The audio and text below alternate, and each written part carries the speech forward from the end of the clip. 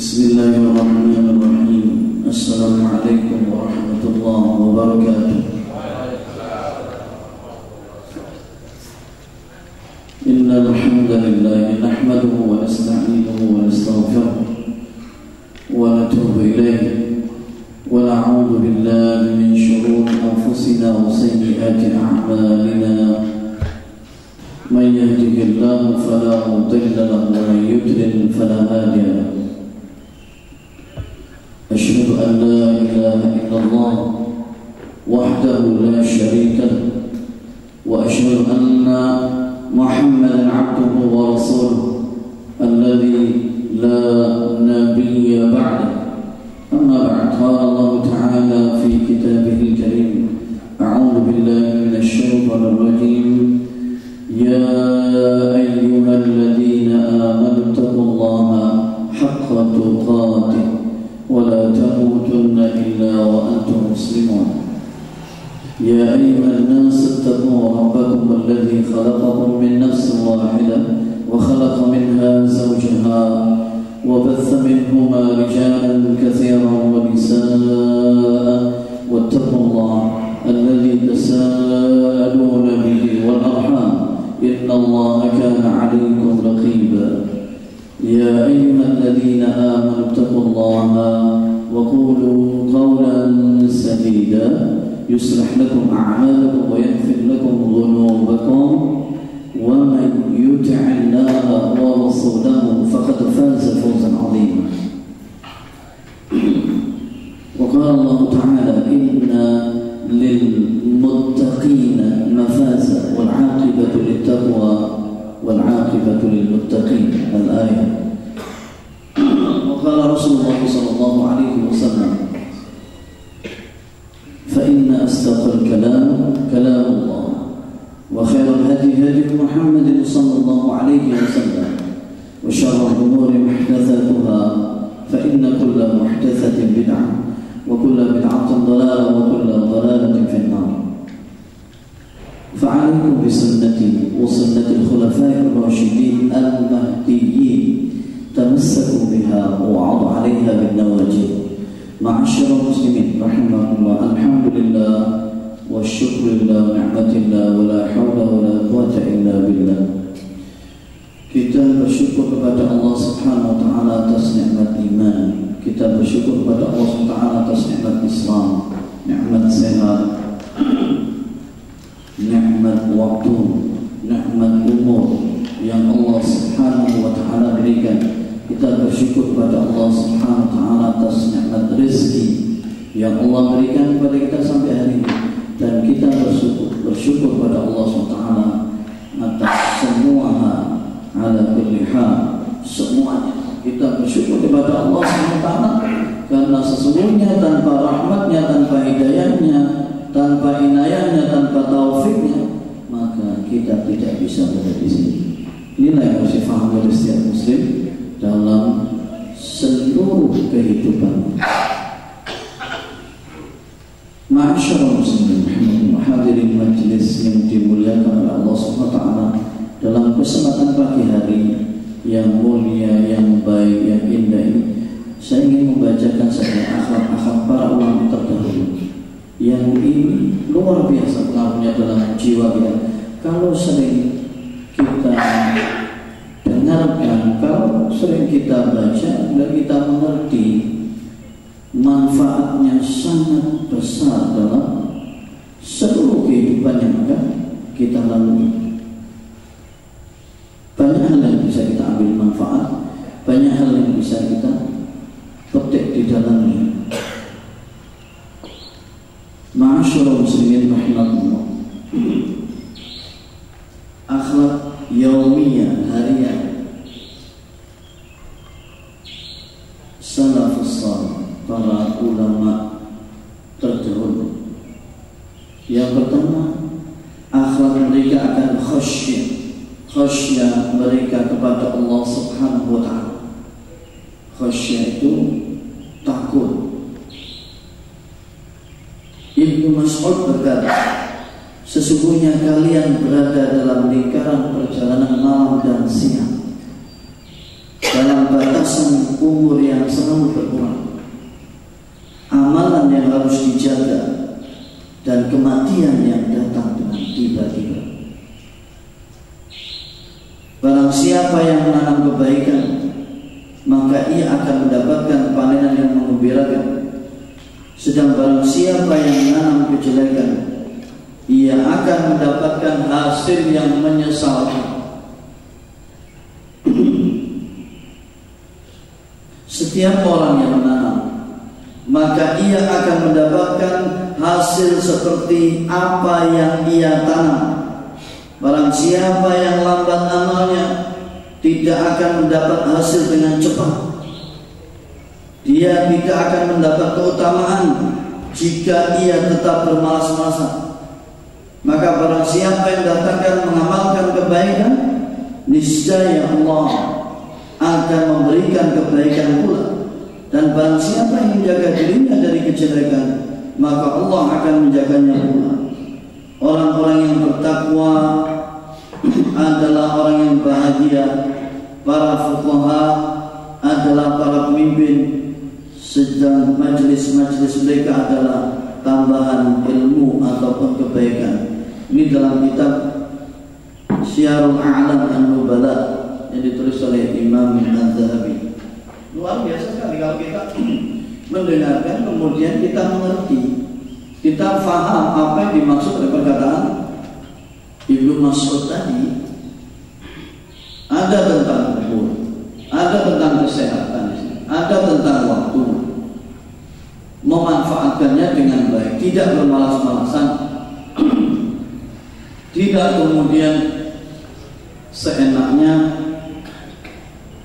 tetapi bersungguh-sungguh betul memanfaatkan umurnya, waktunya, kesempatannya di jalan Allah Subhanahu wa Ta'ala, karena dia tidak tahu kapan dia menghadap Allah Subhanahu wa Ta'ala.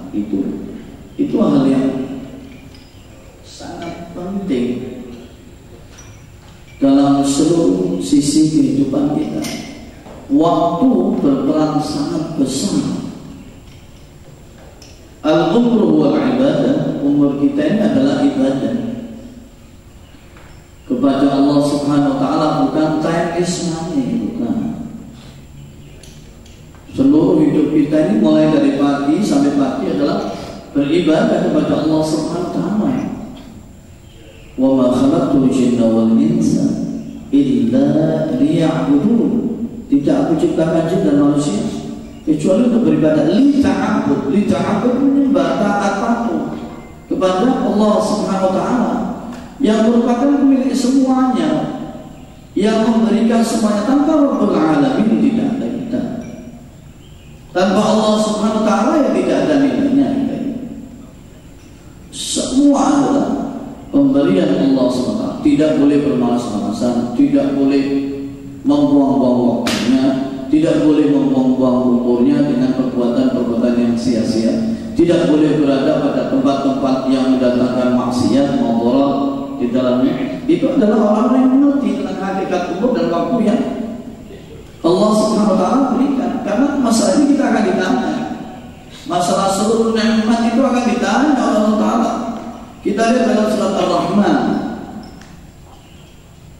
Fabi ayyi ala'i rabbikuma tukadziban. Nikmat Rabbmu yang manakah yang kamu dustakan? Ada 31 kali diulang-ulang oleh Allah Subhanahu wa Ta'ala dalam surat Ar-Rahman, surat ke-55, tentang pentingnya pemanfaatan semuanya yang Allah Subhanahu wa Ta'ala berikan kepada kita. Ya, ini perlu untuk difahami dan dimengerti dengan betul-betul, dan perlu ada aplikasi bentuk pengamalan dalam kehidupan itu. Kesungguhan betul. Syekh Abu Bakar bin Jabir Al-Jazairi dalam kitabnya Minhajul Muslim ada 4 al-adab ma'an nafsi, adab terhadap diri. Yang pertama adalah taubat kepada Allah SWT. Perbanyak taubat. Wa tubu ilallahi jami'an ayyuhal mu'minun la'allakum tuflihun. Ya ayyuhalladzina amanu tubu ilallah taubatan nasuha. Betul-betul kepada Allah SWT. Yang kedua, muraqabah. Muraqabah itu merasa dikontrol, diawasi, dimuraqabai, diperhatikan oleh Allah Subhanahu wa ta'ala. Yang ketiga, muhasabah. Hasibu anfusakum qabla an tuhasabu. Kamu hisab-hisab dirimu, kamu hitung-hitung dirimu sebelum kamu dihisab dan dihitung oleh Allah Subhanahu wa ta'ala. Sholatlah sebelum disolati. Pasti nanti disolati kan? Iya, jadi itu pemanfaatan yang luar biasa yang dikatakan oleh Abdullah bin Mas'ud, sahabat yang saya bacakan bukan orang sekarang, sahabat Nabi Abdullah bin Mas'ud. Ya, kemudian dikatakan kepada Imam Ahmad bin Hanbal, bagaimana Anda berada pada pagi hari? Beliau menjawab, bagaimana keadaan seseorang di pagi hari sedang Rabbnya menuntutnya untuk mengamalkan yang wajib. Yang wajib. Nabinya menuntutnya untuk mengamalkan yang sunnah. Dua malaikat memintanya untuk memperbaiki amal. Jiwanya menyuruhnya untuk mengikuti hawanya, hawa nafsu. Iblis menggodanya untuk mengamalkan hal-hal yang fahsya, dosa. Keluarganya selalu menuntutnya untuk memberi nafkah sehari-hari. Sedang malaikat pencabut nyawa selalu mengintainya untuk mencabut nyawanya. Ini dalam kitab Syiar Ma'alam An-Nubala, ini tulis oleh Imam Adz-Dzahabi. Malaikat pencabut nyawa, kata Imam Ahmad bin Hanbal, senantiasa mengintainya untuk mencabut nyawanya. Ini Imam Ahmad bin Hanbal. Seseorang menulis kalimat-kalimat semacam ini di zaman saat ini sulit karena membutuhkan hati yang bersih, membutuhkan jiwa yang bersih. Tidak mudah orang bisa menulis semacam ini. Sangat sentuhannya luar biasa dalam jiwa. Pengaruhnya besar ini, besar sekali. Oleh karena itu tidak boleh sampai lewat didengarkan, tetapi harus ada dimengerti dengan baik dan ada pembuktinya.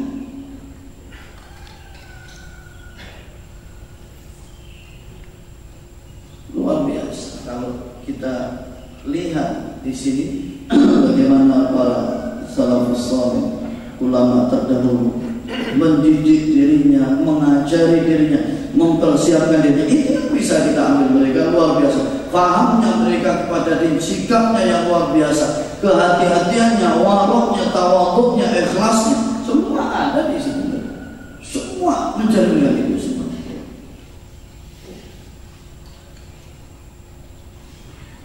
Saudara yang terhormat, kehidupan ini sebentar. Umurnya umatnya Nabi Muhammad ini antara 60 dan 70 tahun saja. Setelah itu selesai dan kembali kepada Allah Subhanahu wa ta'ala, mempertanggungjawabkan seluruh perbuatannya selama hidup ini. Masalahnya di sini. Ya, persoalan yang terus dipahami dengan sebaik-baiknya. Ma'asyiral muslimin rahimakumullah. Kemudian akhlak salafus saleh tentang ketawadhuan mereka, tawadhunya mereka, insyaallah ini pelajaran betul bagi saya khususnya dan bagi semua hadirin yang hadir di majelis yang mulia ini. Abu Ubaidah bin Al-Jarrah radhiyallahu anhu berkata, wahai sekalian manusia,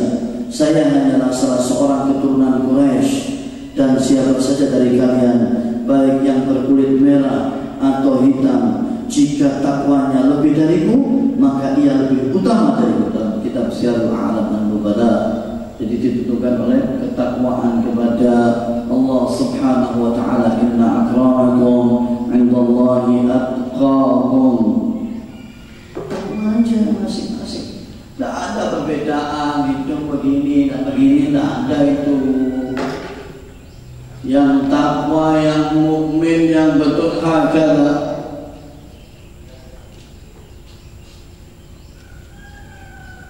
Tidak ada keutamaan, kekhususan.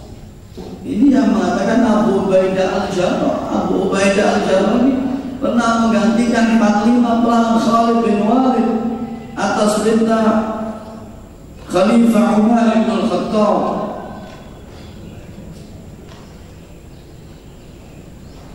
Sangat tawadhu,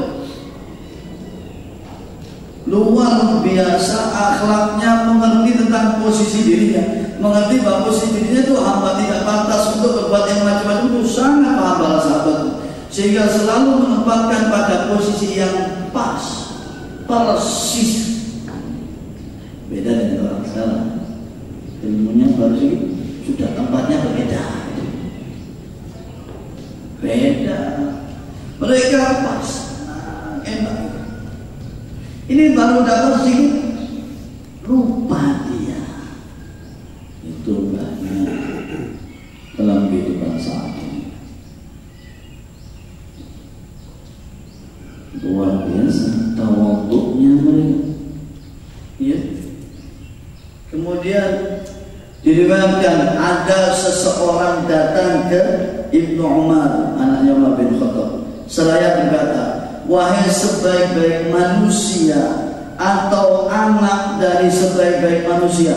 Dengan tegas Ibnu Umar menjawab, saya bukanlah sebaik-baik manusia dan bukan pula anak dari sebaik-baik manusia. Namun saya hanyalah seorang hamba dari sekian banyak hamba-hamba Allah. Saya mengharap sekaligus takut kepadanya. Demi Allah, jika kalian tetap demikian terhadap seseorang, berarti kalian telah menghancurkannya. Ini Ibnu Umar, anaknya Umar bin Khattab, anaknya Khalifah Umar yang memimpin khalifah terlama di dunia. Umar bin Khattab 10 tahun 4 bulan lebih. Syaitan takut, ya. Hanya Umar bin Khattab yang ditakuti oleh syaitan, bukan para sahabat itu. Di riwayat yang lain, Umar bin Khattab pernah berjalan.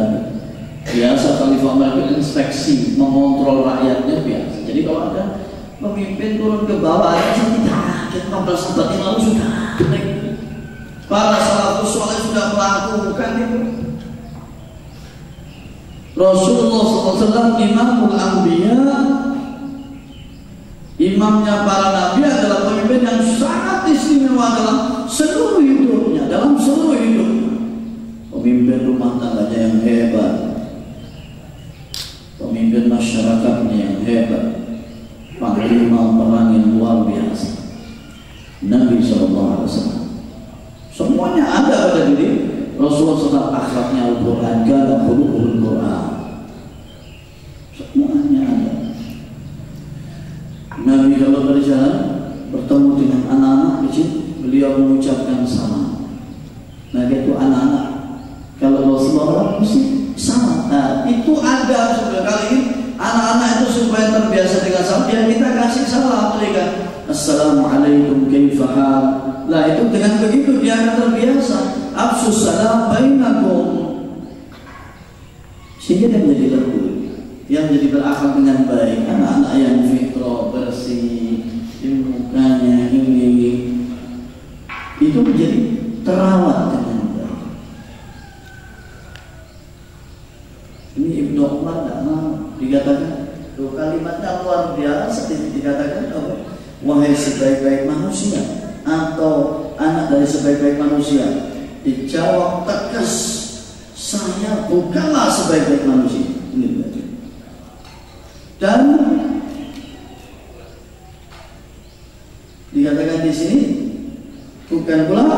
pada sebaik-baik manusia. Ma'asyiral muslimin rahimakumullah, tawadhunya yang luar biasa. Diriwayatkan bahwa Imam Agung Abdullah bin Al-Mubarak tiba di Khurasan dalam rangka menemui seseorang yang terkenal dengan kezuhudan dan kewaraannya. Maka tatkala beliau berada di hadapannya, ia tidak menoleh dan mempedulikan Ibnu Mubarak. Setelah Ibnu Mubarak pergi dari hadapannya, orang-orang di sekelilingnya bertanya kepadanya, apakah Anda tahu siapa orang tadi? Tidak, jawabnya, beliau adalah Amirul Mukminin. Dalam hadis kata ketiga, beliau adalah Abdullah bin Al-Mubarak. Terkaget, ternyata dia. Dan buru-buru ia keluar mengejar Ibnu Mubarak untuk minta maaf atas sikap tadi dan menjelaskan apa yang baru saja terjadi sambil berkata, wahai Abu Abdurrahman, panggilan Ibnu Mubarak Abu Abdurrahman, maafkan saya dan berilah saya nasihat. Jawab Ibnu Mubarak, baik, adakah saya beri nasihat? Jika engkau keluar dari rumahmu, maka janganlah engkau layangkan pandanganmu ke seseorang kecuali engkau pandang dia bahwa ia lebih baik darimu. Kasih pelajaran yang berharga yang mulia. Abdullah bin Mubarak datang jauh-jauh, kemudian tidak dikubris, tidak direken begitu bahasanya. Oke, Amirul Mukminin diberitahu oleh orang tahu Anda siapa yang baru datang dari tempat, tidak tahu. Saya itulah Amirul Mukminin Abdullah bin Mubarak.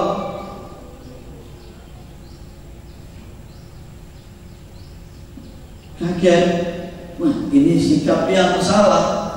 Maka dia berlari untuk menjumpai itu. Setelah minta maaf, meminta nasihat, baik saya beri nasihat. Nasihatnya ini supaya orang tidak sombong ya. Ya memang harus begitu ya. Bagaimana mau sombong setiap hari tangan kirinya membersihkan kotorannya, mau sombong bagaimana? Nah itu.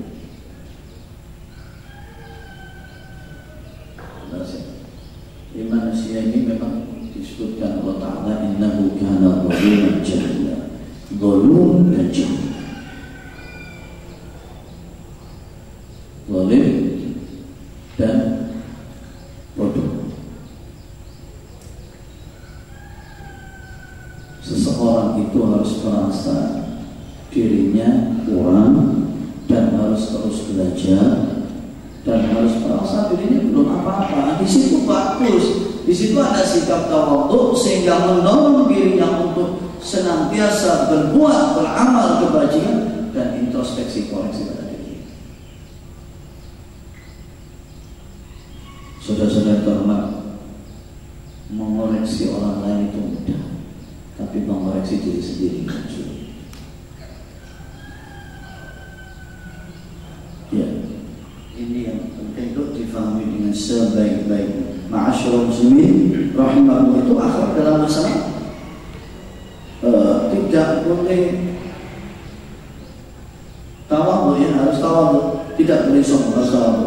Kemudian akhlak salafus saleh tentang kezuhudan mereka terhadap dunia, zuhudnya mereka terhadap dunia. Zuhud itu sebagaimana perkataan Abu Bakar As-Siddiq, zuhud itu ini, harta itu diletakkan di sini, itu zuhud. Nah ini, ya, harta di tangannya, jangan ditarik di sini. Kalau itu ditarik di sini, begitu ini habis, apa jadinya? Stres. Kalau ditarik di sini, ya habis di sini aja. Walaupun secara teori mudah, kalau 100.000 nah gitu. Tapi kalau 1 miliar, ya tetap kaidahnya di sini. Tidak boleh taruh di sini. Tapi itu tidak mudah. Tidak mudah orang untuk mengatakan seperti itu, kecuali orang-orang yang punya keimanan yang Allah Subhanahu wa taala mengukuhkan. Ma'asyiral muslimin rahimakumullah, antum mesti mendengarnya insyaallah. Itu penting ya. Yang saya khawatir saya ngomong sendiri.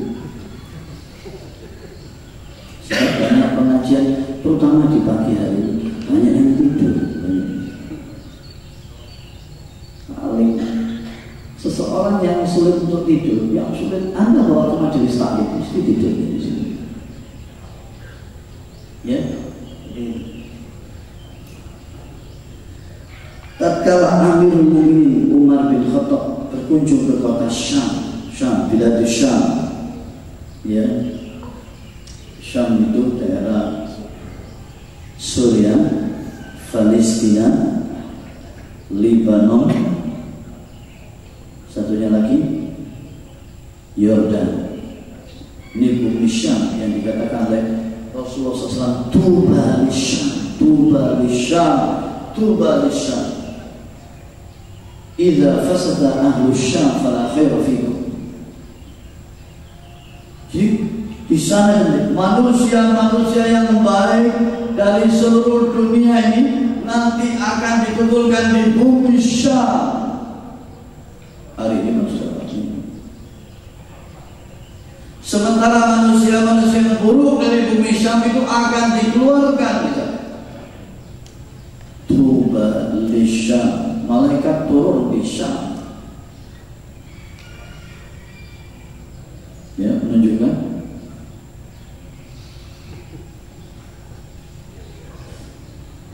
ya, ini penting untuk kita pahami. Ketika berkunjung ke Syam, beliau mengadakan pertemuan dengan para amir dan pembesar. Lalu beliau menanyakan sahabat Abu Ubaidah bin Al-Jarrah, di manakah gerangan saudaraku Abu Ubaidah? Hadirin menjawab, beliau akan segera datang. Maka datanglah beliau dengan ontanya yang diikat dengan tali. Kemudian beliau memberi salam pada Umar bin Khattab, lalu berkata kepada orang-orang yang hadir, tinggalkanlah kami. Kemudian keduanya berjalan hingga sampai di rumah Abu Ubaidah, dan Umar tidak melihat sesuatu pun di rumah Abu Ubaidah kecuali pedang, perisai, dan pelana ontanya. Anda rumah sekarang ini isinya pedang, perisai, dan pelana onta. Di rumah kita banyak, ya. Ada kulkas, ada televisi, ya. Ada magic comb, magic jar, semuanya ada. Ya, magic semuanya itu ada banyak, ya. Ada mesin jahit, ya. Ada juga mesin giling, ada juga. Banyak ini sahabat ini yang dikatakan oleh Allah SWT, kuntum khairu ummah, kuntum khairu ummah, sebaik-baik manusia. Di rumahnya cuma ada pelana, onta, dan perisai. Rumah siapa yang ada begini nih di akhir zaman saat ini? Di rumah saya aja masih ada kulkas, masih ada itu, ya. Tidak ada. Abu Ubaidah Al-Jarrah tidak punya kulkas, tidak punya.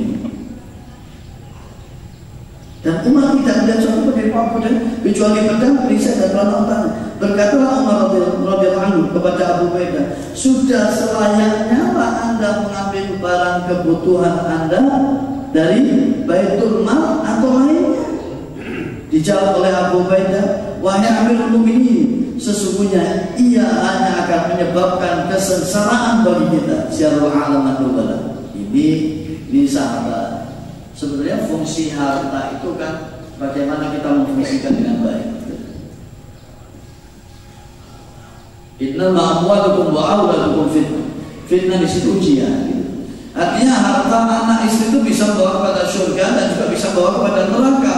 Bagaimana kita memfungsikan dengan baik? Bagaimana kita menjadikan anak-anak dan istri kita itu paham din, paham syariat, paham Quran, Sunnah, mengerti dan kemudian mengamalkan, itu manfaat. Itu manfaat di situ. Kalau tidak difahamkan dalam situ, rugi nanti. Ya, ini tentang masalah dunia. Dunia ini ya seperti ini. Ya, dunia ini ada panas, ada hujan, ada orang sakit, ada orang sehat, ada orang waras, ada orang tidak waras. Ya, itu dunia itu sudah. Ada orang baik, ada orang tidak baik, yaitu isi dunia. Kalau ingin baik semua, akhirat nanti. Kalau ada yang adil, ada yang tidak adil, ya di dunia ini. Dunia ini bukan tempat yang abadi. Ad-dunya mazra'atul akhirah. Mazra'ah itu sawah ladang, tempat menanam. Di akhirat nanti kita mengetam hasil. Jadi manfaatkan. Sahabat itu juga ada yang kaya, bahkan As-Siddiq itu kaya. Umar bin Khattab itu menginfakkan separuh hartanya. Abu Hurairah sahabat yang miskin. Hanya Utsman bin Affan ketika musim paceklik membawa seluruh hartanya ke masjid. Macam-macam sahabat. Satu yang selalu ada pada semua sahabat, ketakwaan mereka kepada Allah Subhanahu wa taala. Ya, ada kalimat nanti kita bisa lihatnya. Ibnu Mas'ud berkata, barang siapa yang menginginkan akhirat, maka ia harus mengorbankan dunia. Sedang barang siapa yang mencari dunia, maka ia akan mengorbankan akhiratnya. Maka wahai manusia, korbankan yang fana demi yang kekal. Beliau juga berkata, kalian ini lebih panjang sholatnya dan lebih banyak ijtihadnya dari para sahabat Rasulullah SAW. Padahal mereka lebih mulia daripada kalian. Dikatakan pada beliau, apa yang menyebabkan mereka demikian? Karena mereka lebih zuhud terhadap dunia dan lebih mencintai akhirat daripada kalian. Ini sahabat zuhud mereka tadi, ya, luar biasa. Seperti masih ada waktu itu kalau dibuat majelis taklim cepat sekali, mundur lagi nggak bisa. Selesai salat subuh yang sudah kita lakukan tadi itu sudah kembali. Barang siapa tidak salat subuh tadi dan juga tercatat tidak salat jamaah, itu pentingnya memanfaatkan waktu subuh. Kalau seseorang mulai waktu paginya dia sudah menghadap Rabbnya, apalagi kalau dia dimulai dari qiyamul lail, kemudian tilawah Al-Quran, zikir, istighfar, datang ke masjid, wal mustaghfirina bil ashar, dan orang-orang yang beristighfar pada waktu sahur, mengingat Allah Ta'ala, itu sangat luar biasa, yaitu hidup, yaitu kehidupan. Cuma tidak setiap orang mampu berada di sana. Perlu doa yang kuat pada Rabbul Alamin, perlu sungguh-sungguh betul. Tidak bisa untuk masalah itu, perlu mujahadah yang kuat. Minta kepada Allah Subhanahu wa Ta'ala. Abu Darda berkata, aku berlindung kepada Allah dari hal yang mencerai-beraikan hati. Beliau ditanya, apa yang mencerai-beraikan hati itu? Yaitu dijadikan untukku di setiap lembah tempat harta benda. Ini khawatir Abu Darda ini akan mencerai-beraikan hatinya. Ya, fungsi sahabat itu lebih sangat berhati-hati dalam masalah dunia. Ya, itu beda dengan orang sekarang ini. Kalau sahabat faham betul tentang kedudukan dunia itu seperti apa, oleh karena itu sulit Anda jumpai Abu Bakar As-Siddiq berinfak seluruh hartanya. Umar bin Khattab saat itu mengatakan, hari ini saya ingin mengalahkan imannya Abu Bakar. Ditanya oleh Rasulullah, ya Umar, apa yang kamu infakkan? Separuh dari harta saya, ya Rasulullah.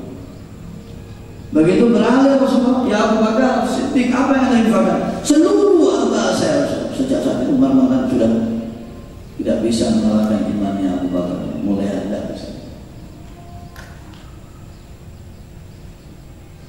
luar biasa.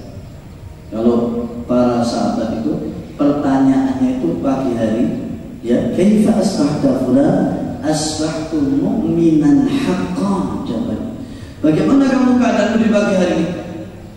Pagi hari ini saya dalam keadaan mukmin yang benar. Mukmin didahulukan. Ya.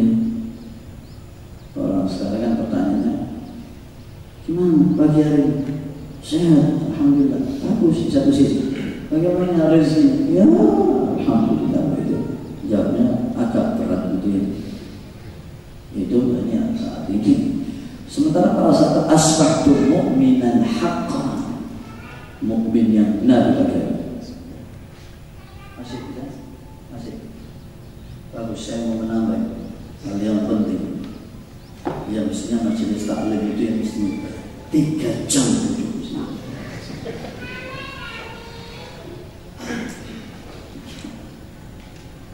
Ya nggak sebanding apa yang dibacakan dengan waktu yang ada. Lihat sekarang para salafus saleh dalam qiyamul lail, nasihat luar biasa.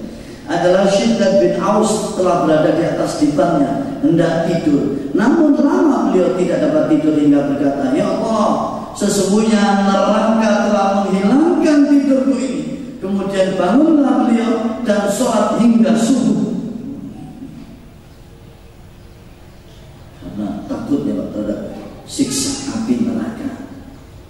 Siksa yang paling ringan itu seseorang dimasukkan terompanya dengan sandalnya itu, otaknya mendidih, paling ringan. Nah, melihat itu, ya memang berat. Ketika ada seseorang datang pada saya nanya, gimana? Saya takut betul. Ya siapa yang tidak takut? Orang yang normal harus takut. Seperti itu keadaan nanti pertemuan dengan Allah SWT. Masalahnya Allah berikan kesempatan untuk beramal, berbuat, ada roja, khauf, dan mahabbah. Jangan khauf berlebihan nanti stres, tapi harus ada roja, berharap rahmatnya Allah SWT, berharap ampunannya Allah SWT. Dan ada mahabbah, mahabbah itu cinta pada Allah SWT, cinta pada syariatnya, mengamalkannya dengan baik, berada dalam syariat ini, insya Allah Allah SWT akan menyelamatkannya. Ini sangat penting ya dalam masa. Kemudian adalah Abdullah bin Amr al-As bangun dan dia mulai setelah beliau mematikan lampu. Kemudian beliau menangis dalam sholatnya hingga rapat sembab mata beliau. Ini dalam kitab Jawahirus Sifatus Safar. Ya, dikatakan Tamim adalah Tamim Ad-Dari suatu malam tidur. Tamim Ad-Dari suatu malam tidur pulas sampai tidak bangun untuk qiyamul lail hingga datang subuh. Kemudian beliau bangun tiap malam dan tidak pernah tidur selama 1 tahun sebagai hukuman atas apa yang beliau lakukan sendiri. Terlambat sekali dia mulai menghukum dirinya 1 tahun. Sementara ada orang yang tiap hari terlambat dia mulai tidak pernah dia mulai, bahkan tidak pernah menghukum dirinya sekalipun.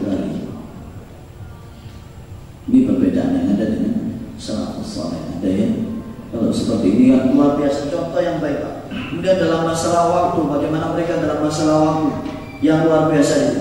Abdullah bin Mas'ud berkata, sungguh saya sangat benci melihat seseorang yang nganggur, tidak bekerja untuk akhirat, juga tidak untuk dunianya. Al-Imam Hasan Al-Basri berkata, wahai anak cucu Adam, sesungguhnya kalian itu adalah hari-hari.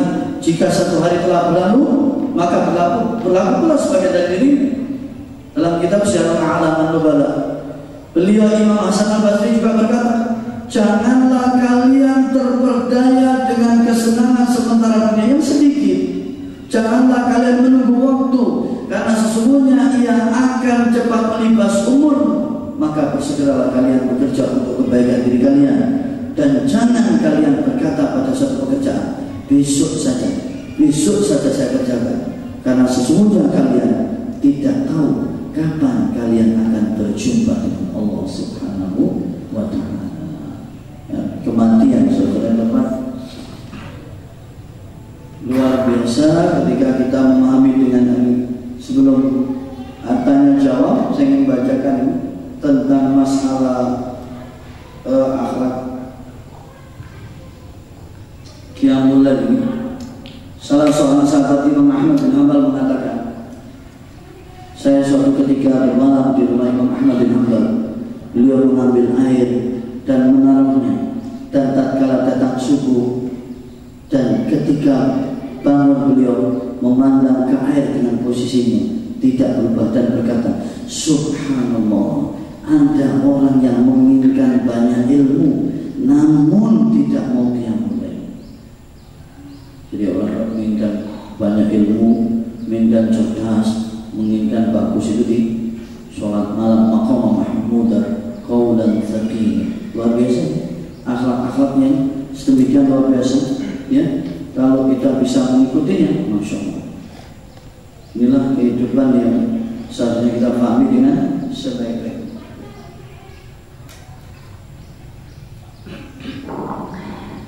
Baik, Bapak-bapak, Ibu dan tradisi, demikian yang pertama tausiah kita pada kali ini bersama Ustaz Fahid Najal bin Said tentang akhlak salafus saleh.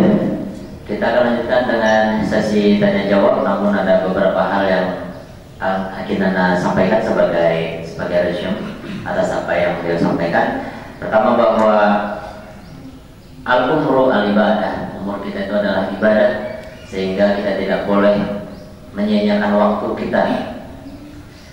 Kemudian dari sifat yang dimiliki oleh salafus saleh, yang pertama adalah khasyatillah, takut kepada Allah dengan sebenar-benarnya takut dan mengetahui apa itu takut kepada Allah. Kemudian zuhud, yang disampaikan bahwa zuhud itu meletakkan dunia di tangan, bukan di dalam hati. Artinya bukan menghilangkan dunia, tetapi tidak meletakkan kesenangan dunia itu di dalam hati. Insya Allah demikian. Kemudian terakhir, sikap kita kepada Allah adalah roja, khauf, dan mahabbah. 3 hal ini yang harus kita tanamkan supaya kita dapat menempatkan diri kita menjadi seorang muslim yang baik, di mana kita memiliki adanya harapan dan ketakutan, namun ada cinta kepada Allah Subhanahu wa taala. Baik, kita memberi waktu kurang lebih 20 menit untuk mengisi tanya jawab untuk jamaah yang di sini maupun mitra edisi tentang akhlak salafus saleh ini. Untuk bapak yang ada di sini bisa bergeser ke sini karena mic-nya tidak panjang. Untuk yang di rumah yang ingin bertanya dapat menghubungi kami di line SMS di 0811 5445 895. Baik, atau di situ saja nanti anak ulang. Ya, silakan.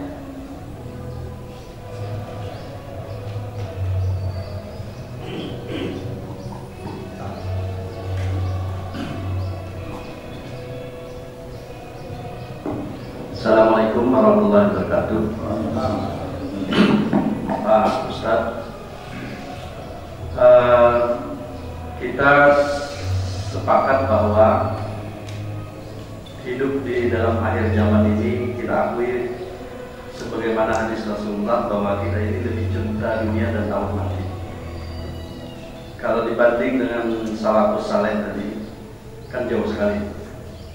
Mereka itu dengan yakin dan mantap bahwa akhirat itu jelas menjadi tujuan yang tidak tergoyahkan gitu. Lalu dengan kondisi kenyataan kita di zaman akhir ini,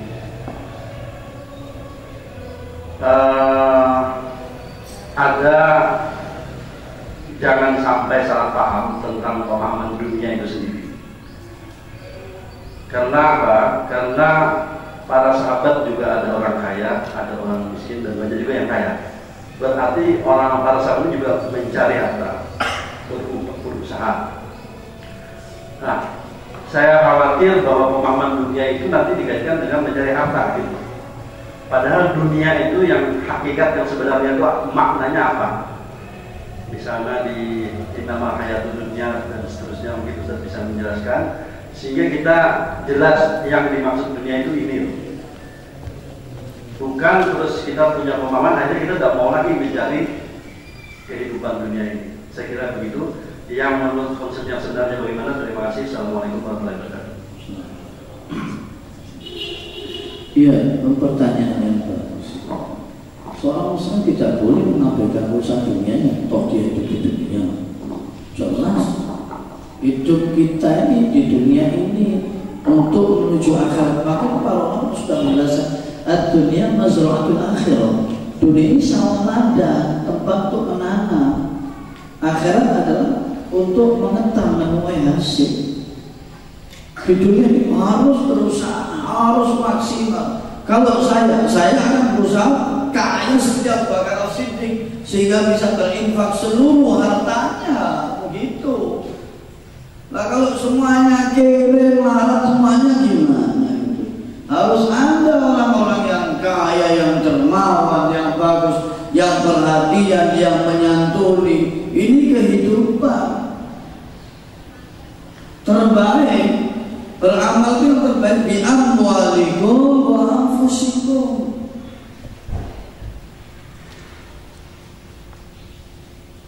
Ada seorang dalam satu riwayat Umar bin Khattab kalah terus dengan seseorang di masjid itu, loh, masih ingat? Umar datang subuh dia sudah ada, datang zuhur dia sudah ada, Rabu, Maghrib, Asar sudah ada. Terakhir ditanyakan, di mana kamu di rumah? Tempat tinggal di sini. Apa pekerjaan kamu? Ada. Apa? Keluarga saya yang menjamin saya. Nah, kalimat maksud dia, keluargamu lebih baik daripada kamu.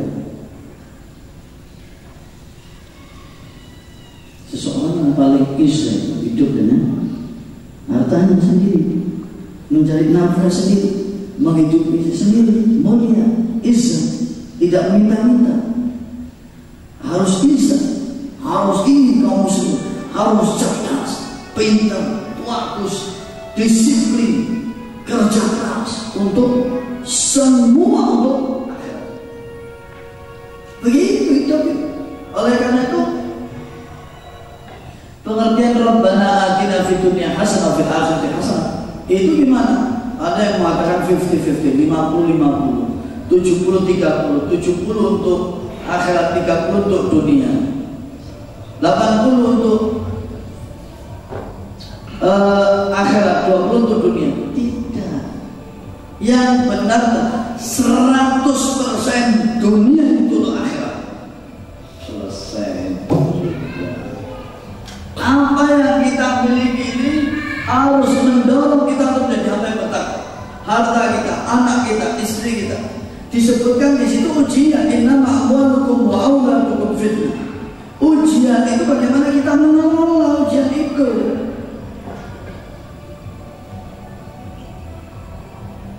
Iya. Berinfak loh. Takwa ini yang benar yang didanai sendiri bi amwalikum wa anfusikum. Walaupun jumhur para ulama membolehkan untuk mengambil upah dan mengajarkan kitab Allah bersunnah. Yang paling bagus ya seperti itu. Jadi manfaat. Nah, kita hidup di mana ya? Hidup di dunia. Terus anak-anak kita sekolah juga butuh biaya. Kerja. Ibadah itu ada ibadah mahdhah dan ghairu mahdhah. Mahdhah sholat, zakat, haji, shaum. Ghairu mahdhah menghidupi anak dan istri. Jadi seorang muslim dinamis, optimis, kuat, berani, jujur, betul-betul ngerti dia menempatkan dunia dengan baik. Hidup sangat indah seorang muslim. Luar biasa gitu. Loh, sahabat ini memang luar biasa kalau dibandingkan dengan sahabat. Tapi ada yang kaya, ada yang... Oleh karena itu kehidupan dunia itu mesti ada begitu, agar yang kaya bisa menyantuni yang tidak kaya ya. Bahasa saya tidak kaya aja ya. Itu. Yang jadi masalah itu kalau sudah melarat harta, melarat iman lagi itu Pak. Masih melarat harta tapi iman jangan melarat. Mukmin yang baik insyaallah tertolong di sisi Allah. Jadi tetap memanfaatkan dunia itu dengan baik, kerja betul, disiplin. Cuma tadi jangan mencintai dunia ini lebih daripada akhirat, itu berbahaya itu. Lah, penempatan yang seperti ini yang tidak mudah harus disertai dengan ilmu, pemahaman dan pengertian yang dalam sehingga bisa menempatkan dengan baik. Ya, semuanya kaum muslimin, Anda adalah umat yang terbaik disebutkan oleh Ta'ala. Kaum muslimin adalah umat yang cerdas. Kaum muslimin adalah umat yang soleh, yang takwa, yang hidup selalu kreatif. Semuanya ada pada kaum muslimin ya. Insya Allah kalau seperti itu kita akan hidup izzah, hidup mulia semua. Nah seperti kemarin ke Suriah, dana kan dibutuhkan itu untuk membantu saudara-saudara kita ada di Suriah. Orang-orang kaya, Masya Allah, yang dermawan. Saya masih ingat pada waktu kasus Palestina di Malang, tabligh akbar, saya melakukan tabligh akbar 20.000 orang lebih. Setelah itu ada yang menyumbang emas lantaan langsung itu senilai waktu itu sekitar 26 juta sampai 30 juta langsung, tanpa mau disebutkan namanya. Ini, tapi jangan disebutkan nama saya. Nah, dia hanya mengatakan hamba Allah aja. Nah, itu terjadi. Seorang perempuan saya masih ingat. Cuma tidak boleh disebutkan namanya, dia tidak mau. Bisa berinfak kalau bisa membiayai anak-anak yang tidak bisa sekolah, janda-janda, fuqara masakin, dirikan rumah khusus janda-janda. Orang yang kaya itu harus mendirikan rumah khusus untuk janda-janda supaya dia menempati di sana. Janda-janda kaum muslimin harus diberikan. Begitu hidupnya. Hebat muslim itu, hebat semuanya, mulia, tinggi ya, karena al-Islam ya'lu wa la yu'la alaih, berilmu, tawadhu, berakhlak, semuanya adalah pribadi seorang muslim. Wallahu a'lam bishawab. Itu jawaban. Ya, demikian jawaban dari Ustaz tentang bagaimana mengartikan dunia yang sebenarnya. Saya ada dua pertanyaan Ustaz. Yang pertama tentang bagaimana akhlak kita kepada saudara kita, saudara kandung yang tidak soleh, maksudnya dia membangkang, dinasihati tidak mau, disuruh salat, diajak sholat tidak mau dan sebagainya. Itu apakah kita boleh memutuskan silaturahim? Itu pertama. Yang kedua tentang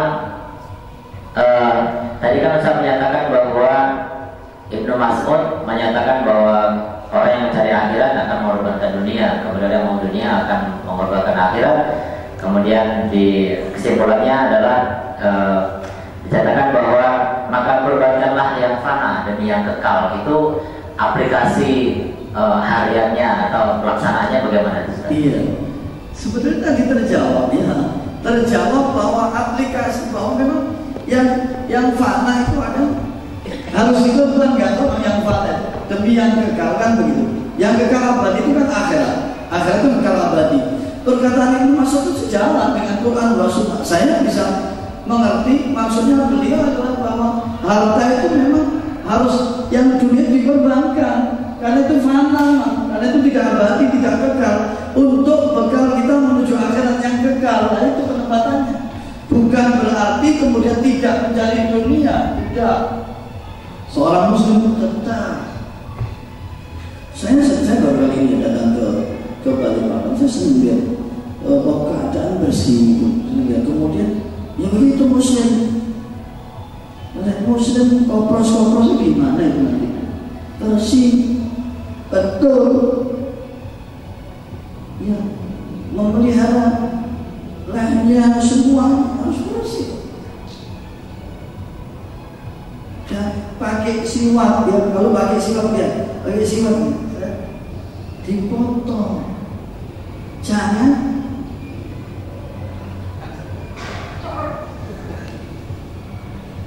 kalau saya tidak, kalau masuk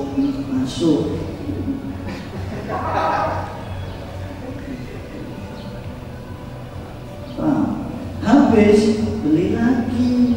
Nanti muslim itu bersebagiannya, akidahnya, imannya bagus, indah, akhlaknya indah. Jadi semua dunia itu seperti itu ya. Jadi tetap kita berusaha, tetap kita, cuma kita tidak mencintai dan harus kita korbankan untuk akhirat. Karena apa? Sesungguhnya kebutuhan kita dalam kehidupan sehari-hari tidak banyak, makan 3 piring saja, mau makan 10 piring. Saya pernah diundang prasmanan, tahu prasmanan? Banyak makan. Maksud saya mengatur strategi, Di situ ada soto, rawon, apa lagi? Pecel, banyak. Makan soto dulu, nanti setelah itu sate kuning. Begitu makan soto 1 piring, kenyang. Akhirnya makanan yang banyak tinggal melihat saja. Tidak bisa untuk mengambil lagi. Itulah kekuatan perut. Nah, artinya apa yang kita pergunakan sebatas kebutuhan lain yang memang seharusnya adalah untuk di jalan Allah Subhanahu wa Ta'ala. Itu maksudnya. Pertanyaan beliau itu sejarah semuanya. Bagaimana cara kita menjelaskannya dengan sangat apik baik. Ya, begitu. Dunia tetap bekerja, beramal, berbuat, nasihat anak, tata, aktivitas, tak boleh. Fasiru fil aqfadur kaifa kana aqibatul mukadzibin, atau tetap berada kamu di muka bumi ini untuk mencari rezeki Allah Subhanahu wa Ta'ala. Ya, setelah Jumat kan begitu. Kemarin khutbah Jumat terlambat tadi, saking asiknya lupa saya waktu menerangkan 30 menit ya lebih. Tak apa-apa, sekali-kali kan 40 menit begitu dulu. Khutbah 15 menit cuma mukadimah itu belum bisa saya menerangkan semacam tadi. Kalau 15 menit gimana, nggak bisa ya, tapi kan sudah diimbangi oleh imamnya ya. Inna a'toina kal-kautsar.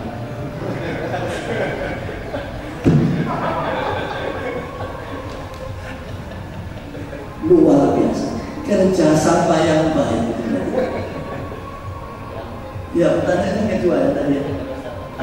Ya, boleh tidak memutus silaturahim kepada saudara kita yang seperti itu. Ya, namanya berdakwah yang kedua.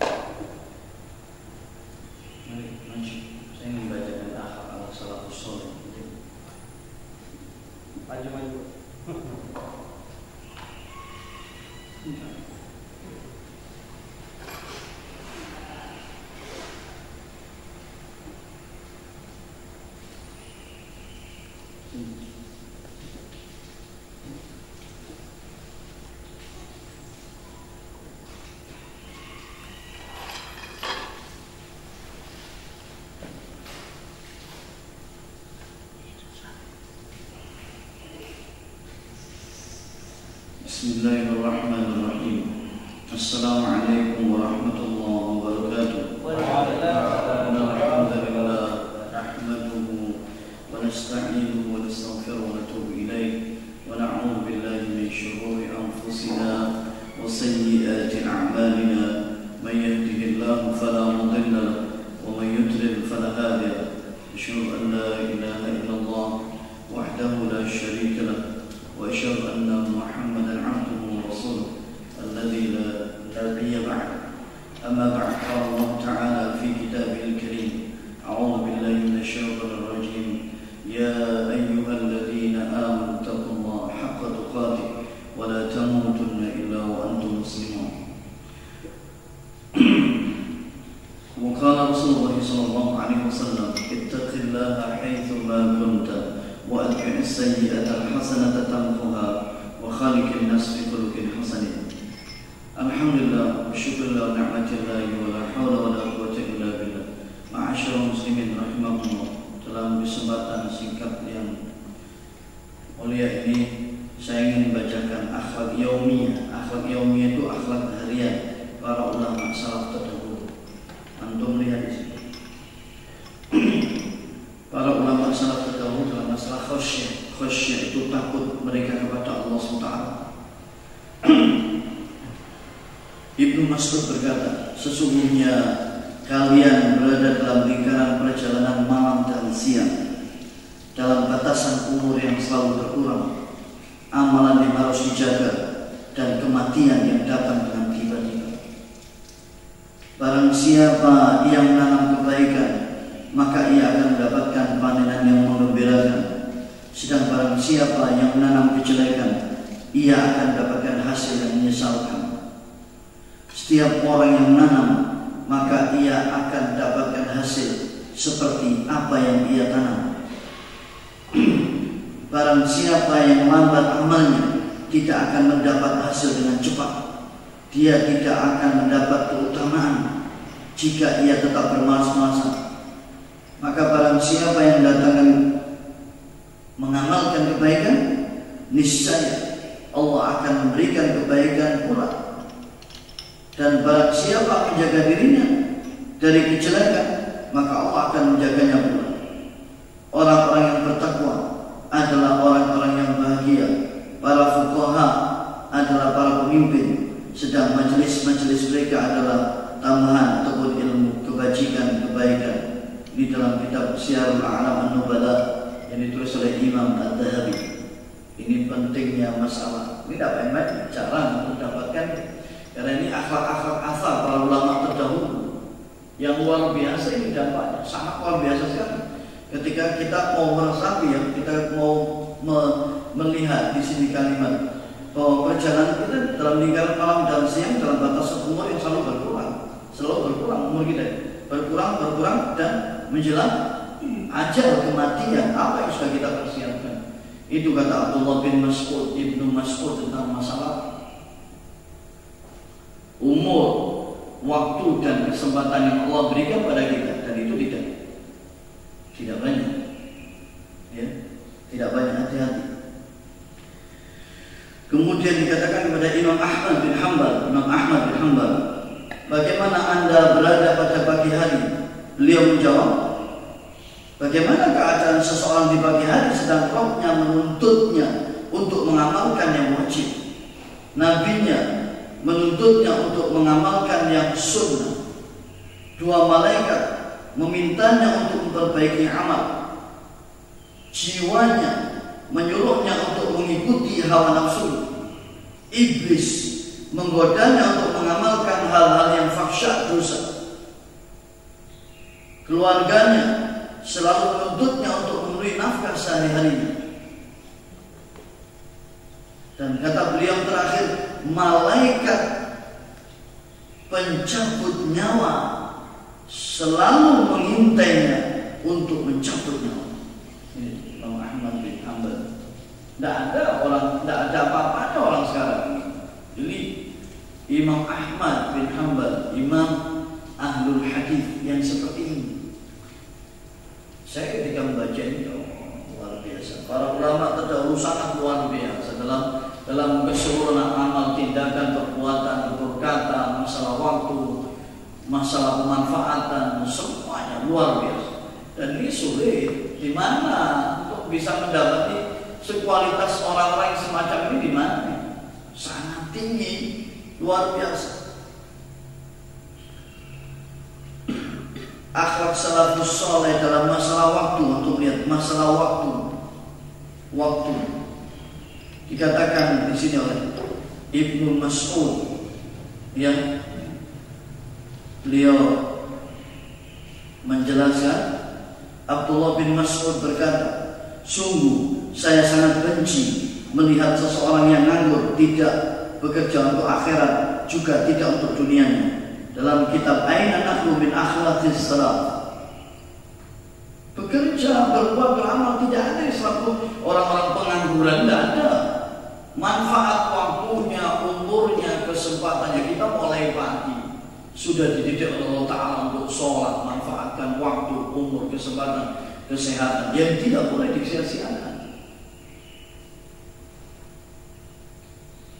Ma'asyiral muslimin rahimahullah, Al-Imam Hasan Al-Basri berkata, wahai anak cucu Adam, sesungguhnya kalian itu adalah hari-hari. Jika satu hari telah berlalu, maka berlaku pula sebagian dari dirimu.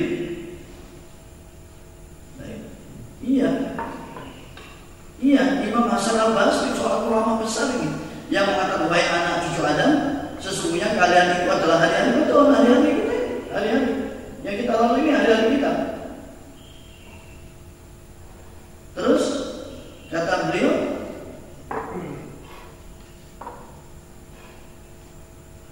jika satu hari telah berlalu, maka berlaku pula sebagian dari dirimu. Sekarang sholat subuh, kemana sholat subuh?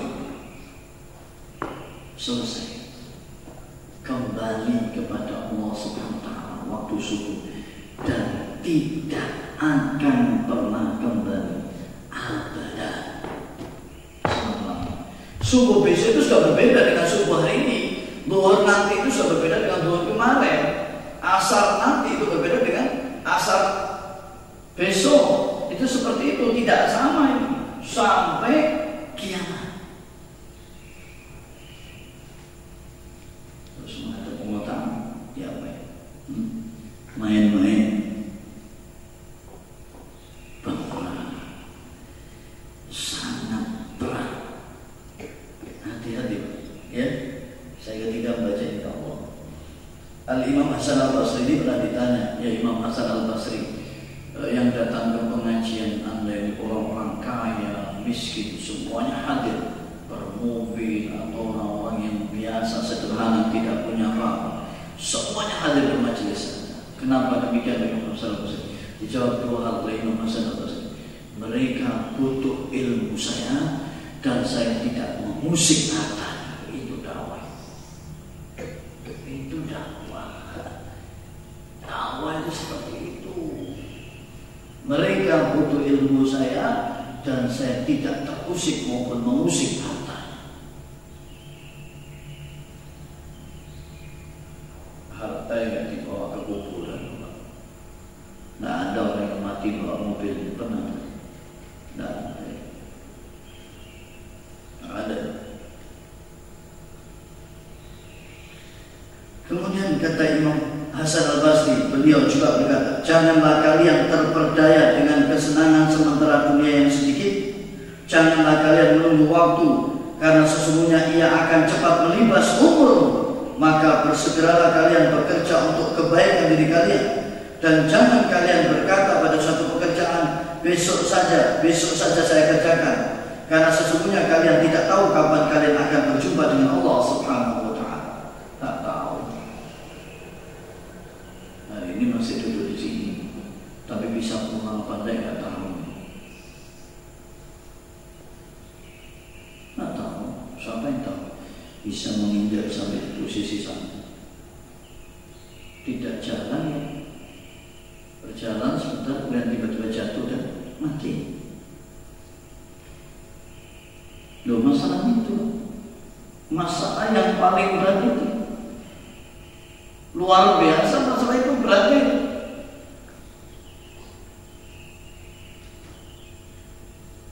فَمَنْ يَعْمَلْ مِثْقَالَ ذَرَّةٍ خَيْرًا يَرَهُ وَمَنْ يَعْمَلْ مِثْقَالَ ذَرَّةٍ شَرًّا يَرَهُ.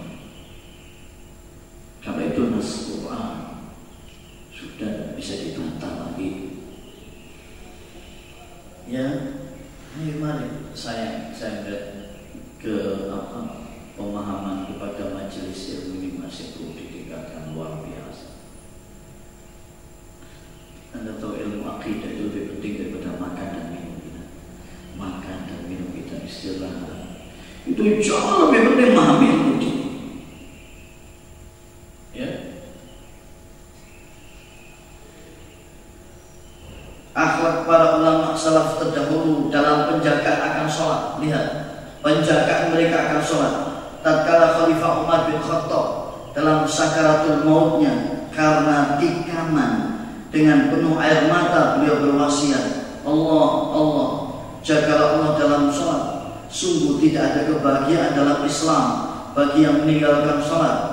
Barang siapa yang menjaga sholat, maka Allah akan menjaganya. Sedang barang siapa yang melalaikan sholat, maka Allah akan melalaikannya.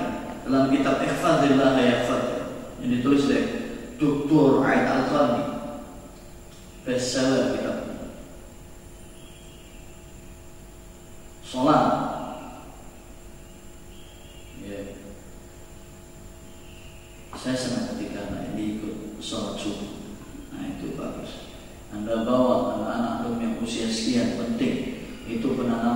dini menanamkan untuk sholat berjamaah, itu luar biasa pengaruhnya. Luar biasa pengaruhnya dalam pembentukan kejiwaan dia. Sholat subuh ini mampu membuat cerdas otaknya.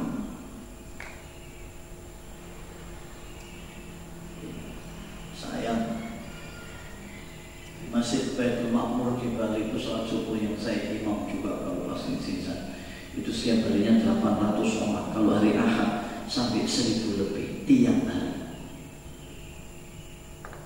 Ini cuma sekian saja.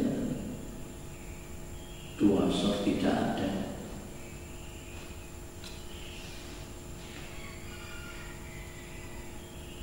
Seharusnya menjadi pelajaran. Ya, luar biasa. Dan beliau Umar bin Khattab maksudnya radhiyallahu menulis untuk para gubernur dan umarok ya, jagalah oleh kalian sholat, karena sesungguhnya ia yang pertama kali dalam Islam dan yang terakhir kalinya yang dicabut dari din kalian, dari agama kalian, sholat. Awal ma yuhasab 'inda al-'abdi yawm al-qiyamah as-salat, fa in salahat salahat 'amaluhu, fa in fasadat fasadat 'amaluhu. Awal mula yang dihisab oleh Allah Ta'ala adalah sholat. Jika baik sholatnya, maka seluruh amalannya dianggap baik. Tetapi jika buruk sholatnya, maka seluruh amalannya dianggap buruk. Baik dan mukmin wal kufur tarku sholat. Perbedaan antara orang mukmin dan orang kafir di sholat. Kalau sholatnya sudah tidak ada, berarti tidak ada perbedaannya sama.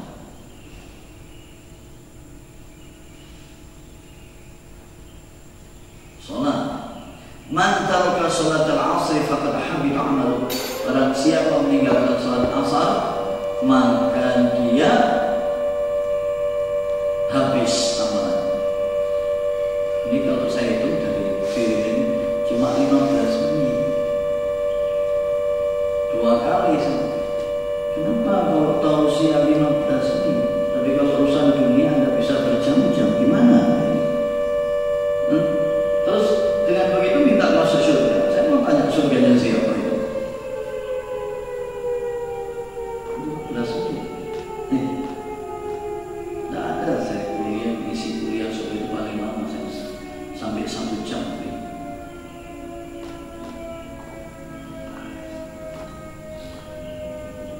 Ya, masih boleh kan menambah 10 menit? Ya, 10 menit. Mestinya ditambah setengah jam. Ya. Loh, merubah keadaan saya tadi, ya harus dirubah. Tidak ada kewajiban taat pada sekalian.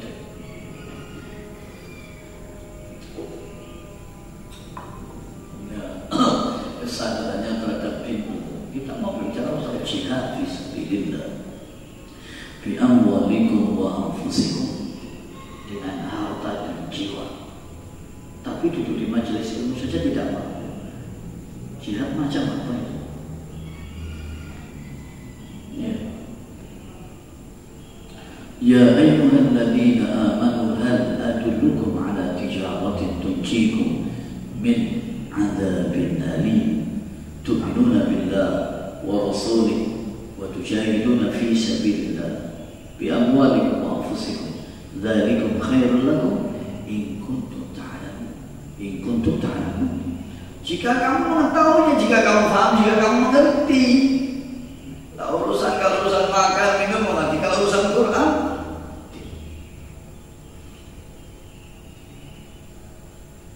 tafsir ayat ittaqullaha haqqa tuqatih, kata Ibnu Abbas, ay yujahidu fi sabilihi haqqa jihadih. Kamu berjihad di jalan Allah SWT dengan sebenarnya jihad. Makna takwa itu begitu.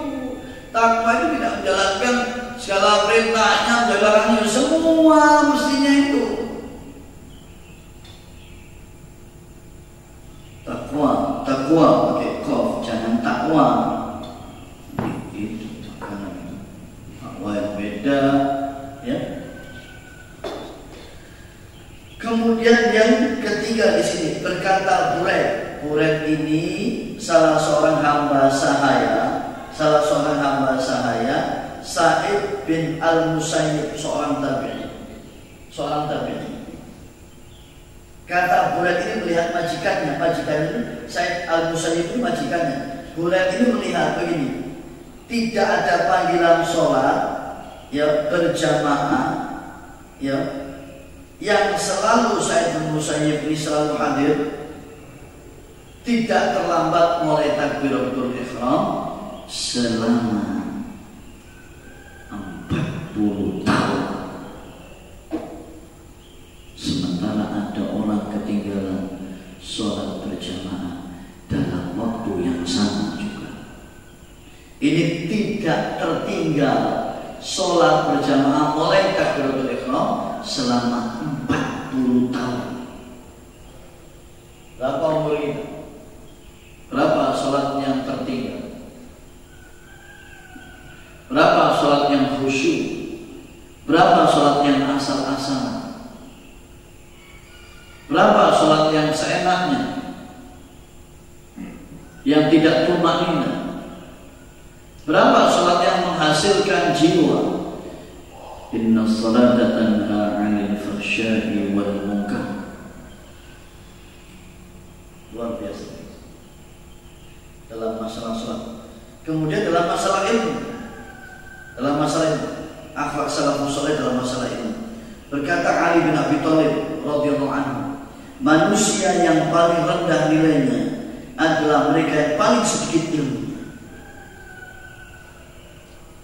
Manusia yang paling rendah nilainya adalah mereka yang paling sedikit ilmunya. Beliau radhiyallahu anhu juga mengatakan, bukanlah kebaikan itu dengan banyaknya harta dan anak kalian, namun kebaikan itu adalah banyaknya ilmu yang kalian punyai dan agungnya kelemah lembutan kalian. Dan tidak ada kebaikan dunia ini kecuali bagi dua orang, yaitu seseorang yang telah banyak berbuat dosa, kemudian dia ikuti dengan taubat, dan seseorang yang selalu bersegera dalam kebaikan, tidak berkurang amalannya dalam ketakwaan. Jawahir Sifatus Shafa. Ini luar biasa. Harta dan anak itu menjadi kebaikan kalau itu diarahkan kepada syariat ini. Tetapi harta dan anak itu akan menjadi buruk bagi kita kalau itu tidak menunjang ketakwaan dan keimanan kita kepada Allah Subhanahu wa taala. Fungsi dunia itu harus menambah ketaatan kita kepada Allah Subhanahu wa taala. Apa yang kita miliki seharusnya begitu. Kalau itu membebani, malah dia bil akhir dihisab di sisi Allah taala, berarti itu satu kerugian. Tidak mampu merawatnya dengan baik.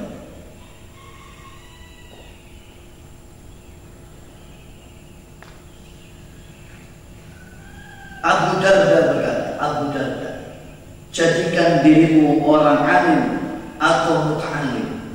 Orang alim berilmu atau muta'alim, pengajar, atau mustami' yang mendengarkan. Dan jangan jadi orang yang keempat, maka engkau akan dihancurkan. Al-Imam Hasan Al-Basri ditanya apa yang keempatnya, yaitu mubtadi'. Apa itu? Orang yang beramal tanpa tahu dasar. Beda toh? Orang yang beramal mengerti dengan yang tidak mengerti kan beda. Orang yang faham dengan yang tidak faham kan beda. Orang yang berilmu dengan yang tidak berilmu jelas tidak sama. Qul hal yastawi alladziina ya'lamuun wal ladziina la ya'lamuun. Apakah sama orang-orang yang mengerti dengan orang yang tidak mengerti? Tidak sama. Apakah sama orang-orang yang faham dengan yang tidak faham? Tidak sama. Apakah sama orang-orang yang mendengarkan dengan yang tidur? Juga tidak sama. Begitu. Apakah sama orang-orang yang serius dengan tidak serius? Juga tidak sama. Hasilnya pun tidak sama nantinya. Hasilnya pun tidak sama. Ya. Kemudian beliau juga berwasiat, tuntutlah ilmu. Namun jika kalian lemah tidak mampu, maka cintailah orang-orang yang memiliki ilmu. Dan jika kalian tidak bisa menyayangi mereka, maka janganlah kalian membenci mereka. Ini tingkatan-tingkatan, Pak ya. cintai, tuntut ilmu wajib dari para ulama. Ini juga perwasiat Abu Darda, ya, tuntut ilmu, belajar din.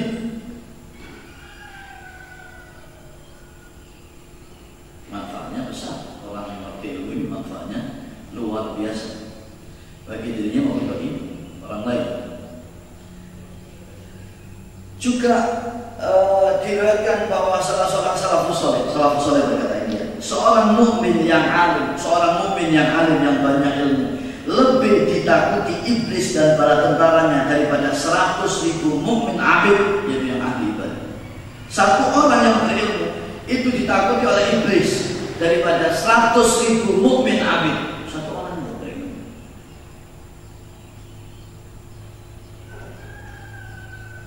Masih ingat kisah dalam satu hadis tentang ada 2 orang di masjid. Diceritakan yang satu sedang sholat, yang satu sedang tidur. Iblis mau menggoda yang sedang sholat, tetapi takut dengan yang tidur. Yang sholat orang yang ahli ibadah, sementara yang tidur orang yang berilmu. Saudara-saudara, tidurnya saja ditakuti oleh iblis, apalagi melek terbuka matanya. Ya. Tapi kalau tidurnya kita nggak tahu gitu ya. Lebih-lebih kalau di dalam majelis ilmu ya tidak ditakuti oleh iblis, malah disukai oleh iblis itu. Kita harus dipahami dengan baik ya.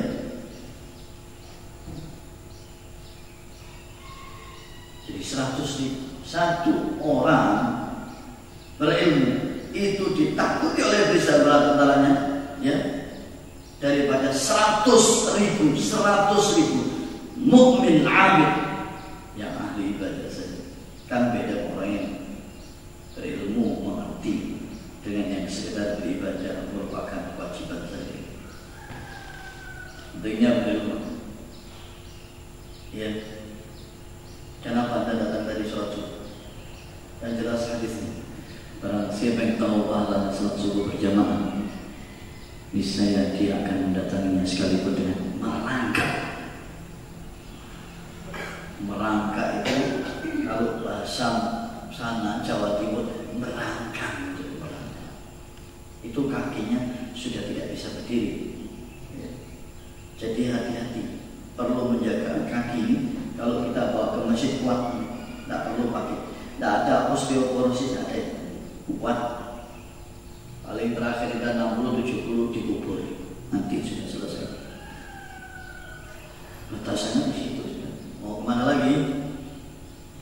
Kemudian di sini dikatakan Al-Imam Hasan Al-Basri mengatakan, saya melihat sekelompok orang dari sahabat Rasulullah SAW berkata, barang siapa yang beramal tanpa ilmu, maka efek dari kerusakannya lebih besar daripada kemaslahatan, daripada keuntungannya, gitu ya. Berkata Fudail bin Iyad, sejelek-jelek ulama adalah mereka yang berteman dengan para umara pemimpin, dan sebaik-baik umara adalah mereka yang berteman dengan para ulama. Itu mestinya. Jadi umara itu mendatangi ulama, bertanya kepada para ulama, orang-orang yang alim, bukan sebaliknya ini. Nah itu masalah. Orang-orang yang berilmu itu didatangi, dimintai fatwanya, bukan orang-orang yang punya ilmu minta jabatan, kedudukan. Nah ini masalah, persoalan ini. Asalnya paham ya. Yang terakhir, wah ini malah tambah juga di Imam ini ya. Penting ini, masya Allah, bagus ini. Para salafus soleh dalam zikrul maut apa ya? Berkata Umar ibn Khattab, hisab-hisablah dirimu, hitung-hitunglah dirimu sebelum kalian dihisab, dan timbanglah amal kalian sebelum kalian ditimbang, karena sesungguhnya kalian yang paling mudah hisabnya kelak adalah yang mau menghisab dirinya sekarang. Maka bersiaplah untuk menghadapi hari dinampakkannya seluruh amalan. Disuruh hasibu anfusakum qabla an tuhasab. Kamu hisab dirimu, kamu hitung dirimu sebelum kamu dihisab oleh Allah Subhanahu wa taala. Kita mengoreksi seberapa iman amal kita. Persiapan untuk menjelang kematian. Dalam nasihatnya kepada Amirul Mukminin Umar bin Abdul Aziz, Al-Imam Hasan Al-Basri mengatakan bahwa, dan ingatlah wahai Amirul Mukminin akan maut dan setelahnya, karena engkau mati tidak ada yang menyertaimu, maka tambahlah bekal untuk menyongsongnya dan menyongsong hari di mana terjadi kegoncangan dahsyat, hari di mana seseorang lari dari saudaranya, dari ibunya, dari bapaknya, dari istrinya, dan dari anaknya. Yauma yafirrul mar'u min akhihi wa ummihi wa abihi wa sahibatihi wa banihi likulli imri'in minhum yawma idzin sya'nu yughni wujuhu yawma idzin musirah dhahikatun mustabshirah wa wujuhu yawma idzin 'alayha ghabar tarhaquha qadar ulaika humul kafaratul fajr. Hati-hati. Ya, hati-hati. Ya, hari kiamat sudah nanti berpisah masing-masing, tidak ada pertemuan. Seorang anak lari dari kedua orang tuanya, orang tua lari dari anaknya, istri tidak bisa menolong suaminya, suami tidak bisa menolong istrinya, sendiri-sendiri nanti di hadapan Allah Subhanahu wa taala. Hari itu hari yang sangat berat, hari kiamat. Wallahu a'lam bishawab. Mudah-mudahan Allah Subhanahu wa taala menjadikan kita hamba-hambanya yang saleh, hamba-hambanya yang takwa, hamba-hambanya yang senantiasa beriman kepadanya, memperbaiki diri setiap hari, dan mudah-mudahan Allah Subhanahu menjadikan kita meninggal dalam keadaan husnul khatimah. Amin. Aqulu qawli hadza wa astaghfirullah li wa lakum. Subhanakallahumma wa bihamdika asyhadu an la ilaha illa anta astaghfiruka wa atubu ilaik. Wal 'afwu minkum. Wassalamu alaikum warahmatullahi wabarakatuh.